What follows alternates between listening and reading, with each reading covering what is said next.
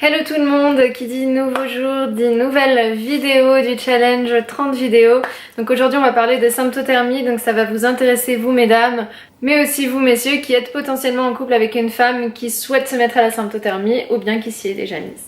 On va donc parler de ma propre expérience de la symptothermie. Donc ça fait 3 ans que je pratique la symptothermie, un peu plus de 3 ans maintenant. Donc j'ai commencé à écrire des articles il y a un moment déjà et depuis quelques temps j'ai des gens qui me demandent un retour à plusieurs années après, ce qui est logique. J'avais déjà fait un article sur le blog, d'ailleurs je vous mets le lien en barre d'infos si ça vous intéresse d'avoir un peu plus d'informations, mais je me suis dit aussi que ce serait sympa de vous faire une petite vidéo à ce sujet. Donc qu'est-ce que la symptothermie a changé dans ma vie de femme? Beaucoup de choses. Je suis une nouvelle femme.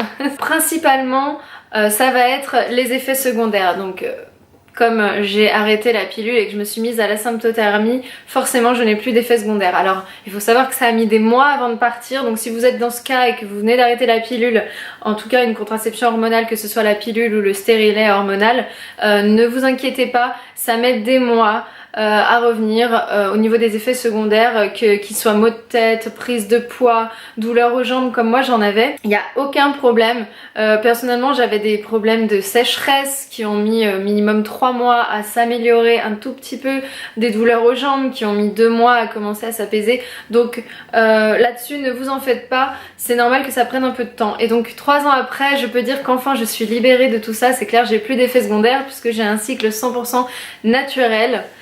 Et ça a changé énormément, hein. On le sait beaucoup que la contraception hormonale est vraiment très mauvaise, que ce soit pour l'humeur, pour la libido, etc.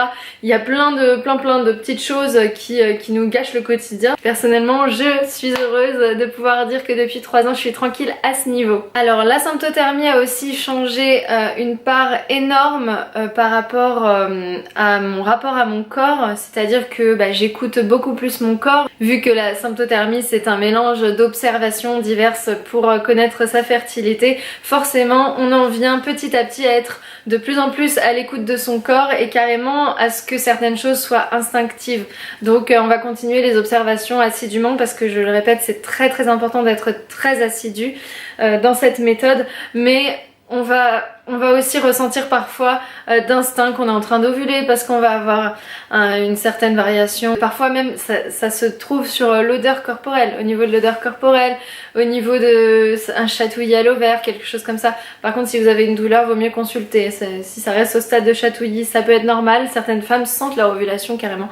Par contre si vous avez une douleur, n'hésitez pas à voir votre gynéco, c'est quand même mieux.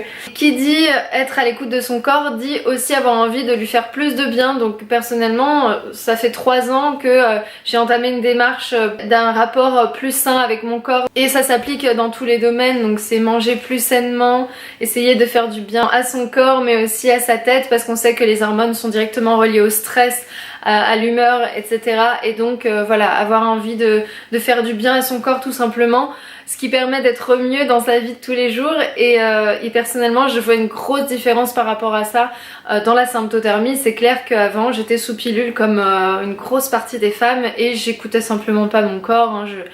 Je l'avais totalement oublié et je pense que c'est un rapport qui n'est pas sain et qui n'est surtout pas naturel. D'ailleurs en parlant de naturel, justement j'ai un cycle naturel maintenant depuis 3 ans et c'est clair qu'on se rend compte de la différence. Le cycle d'une femme quand on est sous contraception hormonale, il est complètement... J'aime utiliser l'expression qu'il est mis dans le coma en fait, tout simplement. Il n'y a plus rien qui fonctionne, hein. L'utérus, les ovaires sont endormis et les hormones qui vont avec. Et le fait de retrouver un cycle naturel, ça permet de se rendre compte de ce qui est normal. Par exemple, bon c'est pas très glamour, désolé pour les garçons, mais les pertes blanches dont l'aspect varie au fil du cycle et qui sont quasiment inexistante sous pilule, et ça je m'en suis rendu compte qu'une fois que je l'ai arrêté. Les variations d'humeur qui peuvent exister sans pilule, hein, clairement, si on a un dérèglement hormonal par exemple, qui peut être causé par la pilule, c'est le cas que j'ai eu, mais qui sont pas les mêmes que sous la pilule. Je vais pas m'étaler sur la pilule parce que je vous ferai une autre vidéo là-dessus qui va être, je pense, très intéressantes aussi. Et puis surtout le cycle naturel, c'est aussi au niveau de la sexualité. En fait, en arrêtant la contraception hormonale, on se rend compte un petit peu que la femme n'a pas forcément besoin d'être disponible entre guillemets pour l'homme chaque jour du mois. Clairement, le cycle naturel chez la femme, il va vraiment arriver par vagues et ça va être des variations qui peuvent être énormes avec une libido au plus bas comme une libido au plus haut. Mais c'est un peu comme ça que fonctionne la femme, un peu par saison, au rythme de l'ovulation et des règles, etc. Alors que l'homme va être plus constant. Et ce que j'avais remarqué sous pilule et ce que j'ai pu confirmer par mes lectures, c'est que quand on est sous pilule, bah c'est simplement, voilà, toujours constant. Que ce soit haut, alors tant mieux pour tout le monde, mais ça peut aussi être très bas. Il y a énormément de femmes qui ont des problèmes de libido avec la pilule et qui n'ont plus aucun désir. Et ça, en fait, c'est pas un fonctionnement naturel du cycle et c'est pas non plus un fonctionnement normal, tout simplement.